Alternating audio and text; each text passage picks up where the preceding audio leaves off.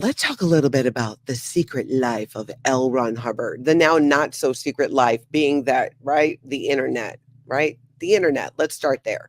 How do you can, it's really hard to have a secret life these days on account of the internet.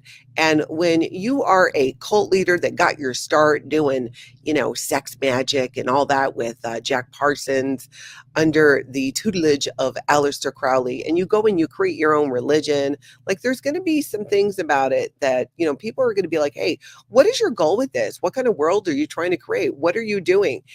And you guys got to see this little gem here. So this is from The Secret Life of L. Ron Hubbard. This is from footage from quite some time ago. But in case anyone needed a reminder and you do not know, what is it L. Ron Hubbard wanted to create? What kind of world did he want to make? What would it look like if Scientology were to achieve their goals of a cleared planet? In everything he did, I think he was looking at that.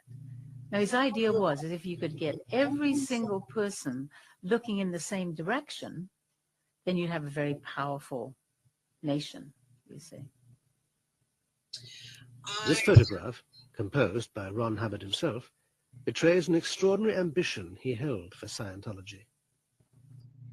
His ambitions for Scientology, you'll learn, were basically to just have his own complete world, like in Clearwater, where there's nothing really going on with Scientology, but they own all this real estate and have taken over the area like locusts. Except there's more locusts than Scientologists, so that's not totally accurate, but you know what I mean. Our objective was to find a place that Hubbard could eventually turn into his own kingdom, with his own government, his own passports. Did you hear that? That he could turn into his own kingdom with his own passports, with his own government. Maybe that's why in the Sea Organization, they hold on to your passport. Well, I mean, one, they want to make sure that you're not going to leave, that you're not going to take off. But this is just more and more insight. It's all data points.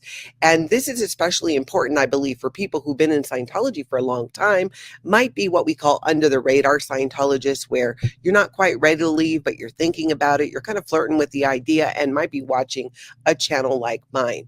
Because a lot of what Scientology will say today is there were these bad apples. There were just these bad apples in the past, and they did these things, and they're gone now. We're not doing this anymore. That was never L. Ron Hubbard's intention.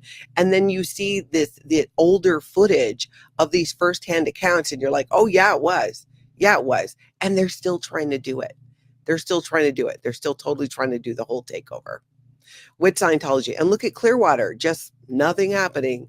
Nothing happening in Clearwater. They have all of these buildings, everything else.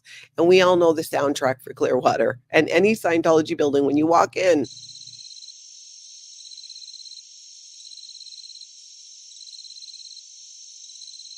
yeah, that's how it is. It's in fact, that might be an actual recording from the inside of a Scientology building because that is what's happening. Nothing. It's just crickets. It's just crickets.